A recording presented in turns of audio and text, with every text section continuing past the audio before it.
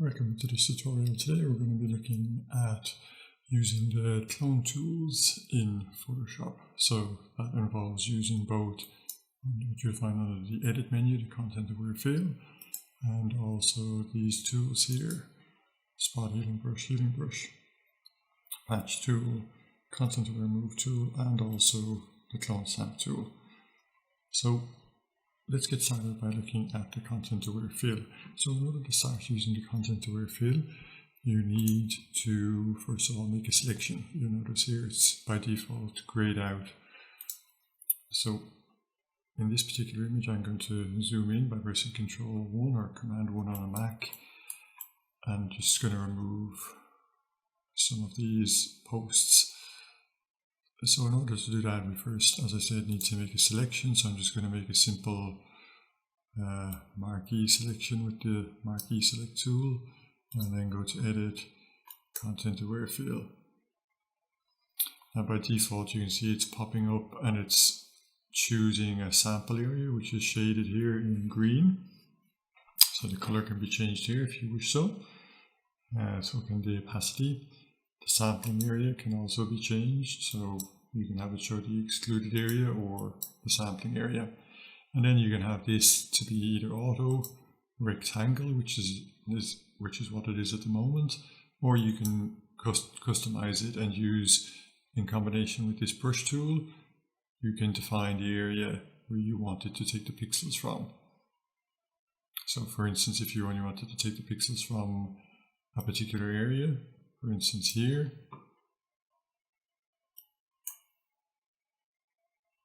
then you could do so. Of course, the larger the area that you take this from, the better the job it'll do. So it's good at least to start out with the auto mode and see how much of a job, or if that does a good or bad job. You can see in some cases here it's causing problems because it's actually re-replicating some elements that are already in the image. For instance, this trash can that's in the distance. So what you could just do is click on that and exclude that. And now that stops it from reappearing. And it's doing by default, I think, a pretty good job. So happily enough accept that. So if I click on, before I click on OK or apply, it's good to have a look what these are. So color adaptation means that it should adapt the color also. In this case, you don't have a major problem with that, but you can either leave it on default, high, or change it to very high, depending on the type of image you're using. Also rotation adaptation, not required for this type of adjustment, but if you were cloning a pattern and you wanted to avoid the pattern looking repetitive or the repeating pattern, so it looks obvious that you've done some content aware filling, then it would be a good idea to use rotation adaptation here in order to avoid that type of repetitiveness.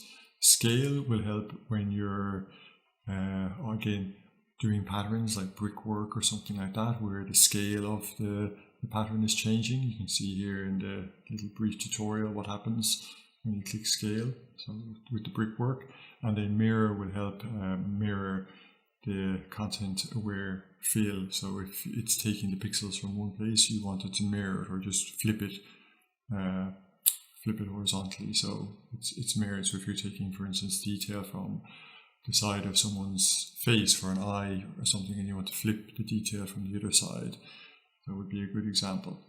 The output settings then, it's a good idea to output this to a new layer because maybe we want to do some further work on it later. This particular one I think is okay. We don't need to do any more work on it once we click on OK. But it may be a case where you want to do further work on one. So if we do Control D and then deselect, and if we were going to do something similar here, so for instance, okay, this one has maybe a little more of a trickier background. So select that, and again I go to my content aware fill. And for this, it does a pretty good job. There's some repetition there in the pixels. So if I want to say, okay, I want to remove, I don't want that detail to show, There's some other kind of repeating detail. So we can hold Alt to add back in. So Alt will change the minus to a plus. But again, I can just click on OK, and that will be in a new layer. So the layer is here. So if I do Control D to deselect, and if I want to do further work on this, so I can zoom in again by pressing Control and plus, or Command plus for a Mac, and we can have a look. So yeah, so it's not so smooth on the path here. So what I can do is best tool for this is, if you want to do it manually, is to use the clone stamp tool. The clone stamp tool functions by sampling pixels from one area and then painting them to another, and it's a straight copy of pixels, so it won't make any calculations or adjustments once you've copied the pixels. In order to define the area where you want to copy the pixels from, you can hold down the Alt key.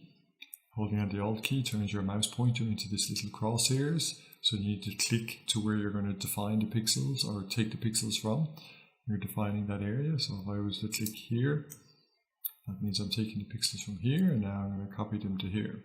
So once I click, the way this tool normally behaves, or the way it behaves, is the distance between where I'm sampling the pixels from and copying them to remains the same once I click the first time. So now once I click, that distance between where I'm sampling from to where I'm sampling to will remain the same. So I'm alt clicking again to redefine where I'm sampling them from.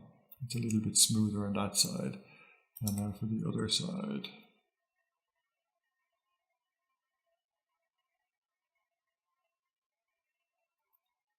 You could also rotate if you need to rotate this a little bit, that's also possible. If you want to rotate these pixels to make them fit a little bit better with what you're doing.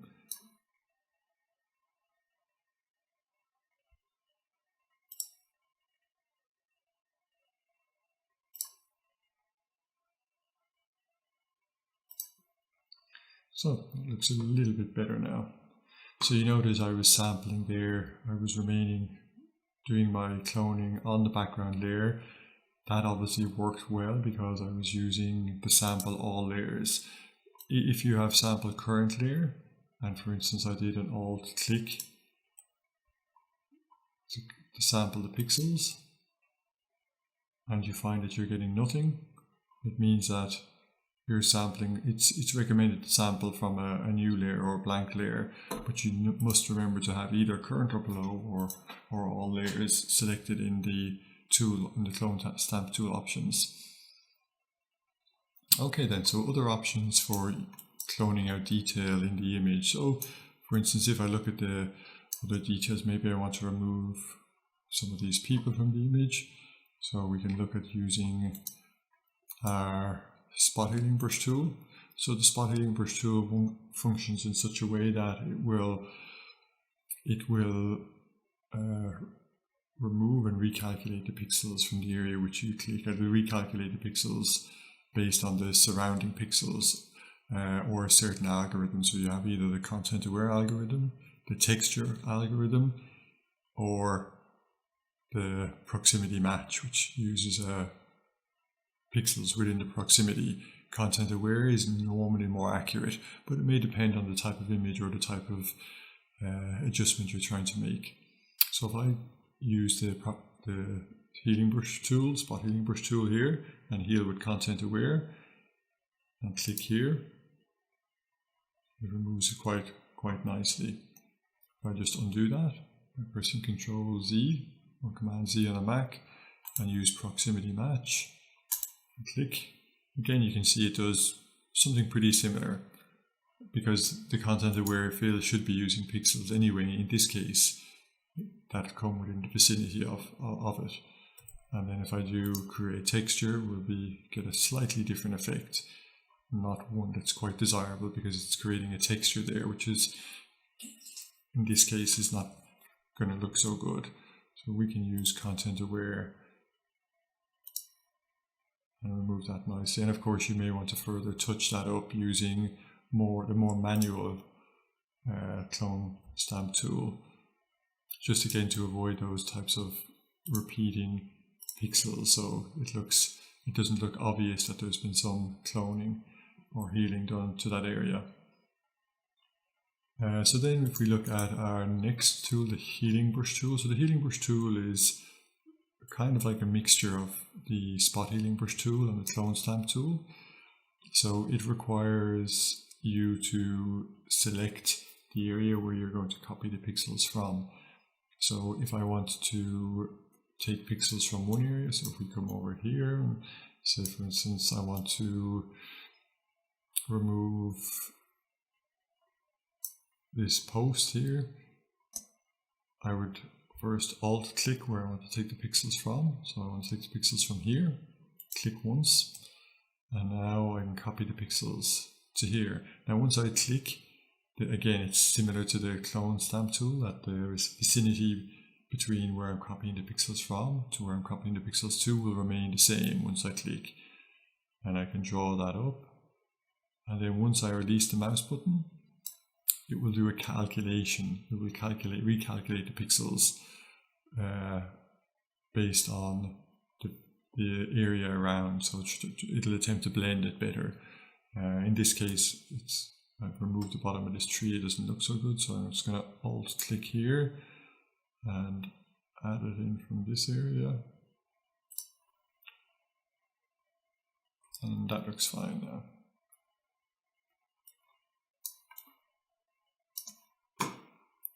So the next one then is the patch tool. In this case, I'm going to choose this little window here and just try to remove it. I'm going to have the source selected, so I'm just going to draw around with the patch tool the area that I want to replace, and then I'm going to click and drag it over to an area that's maybe here, and then once I release, it will do a little recalculation based on the tones of the pixels to try and blend it better, and you can see that does a pretty good job. So this is a good tool if you're trying to replace repeating patterns or textures. There are two modes here, so you can choose a normal and a content aware. So we chose normal there. It did a very good job in this particular area. So if I do content aware, go back. So if I was to do a content aware structure, sample all layers. So with content aware tool or content aware enabled, you can sample from different layers.